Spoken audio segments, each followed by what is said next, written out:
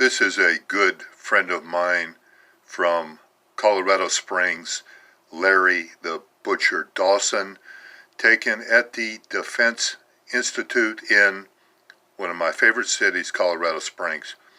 I'm going to talk to you a little bit about the state of the heavyweight division, going from the top down to about the top 25 in the world. Andy Ruiz.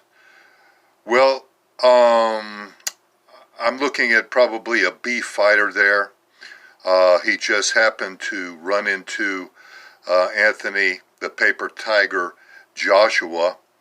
There's an old saying from Marvin Hagler: when you wake up in satin sheets, it's hard to do road work at 5 in the morning. I think Joshua was protected.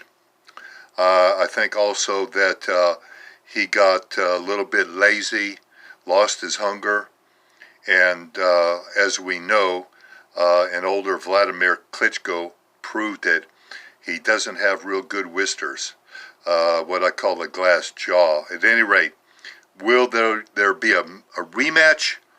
I'd love to see it, but then again, with the state of Joshua psychologically, it may never happen. The best fighter in the division, I believe, is Deontay Wilder. Here's a guy that does have a few flaws, but then again, he comes to fight. He's a little unorthodox, but he's got a booming right hand. Probably the best fighter out there. After that, we have Tyson Fury, a tall guy, kind of a boxer. The guy's 6'9" tall. In my opinion, nothing really special, but we're looking at a mediocre heavyweight division compared to the great old days of Iron Mike Tyson, Holyfield, Foreman, and all of those guys. As we move down the ladder, Dillian Whyte had a lot of trouble with Oscar Rivas, the guy from Colombia. In fact, last night at the O2 in London. In fact, I think Rivas probably should have won the fight. If you get a chance, take a look at it. It's a great one. There is another gentleman out of London who's being trained by Frank Bruno, Daniel Dubois.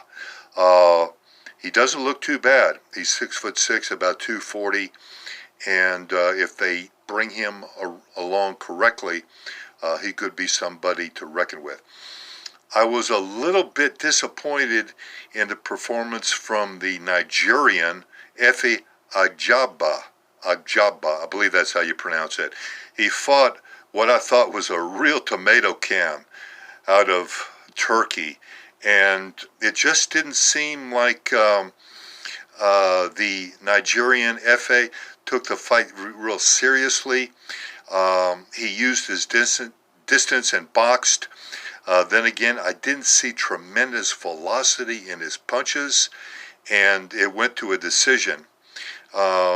Perhaps he was just holding back. It looked to me like kind of a very marginal sparring session.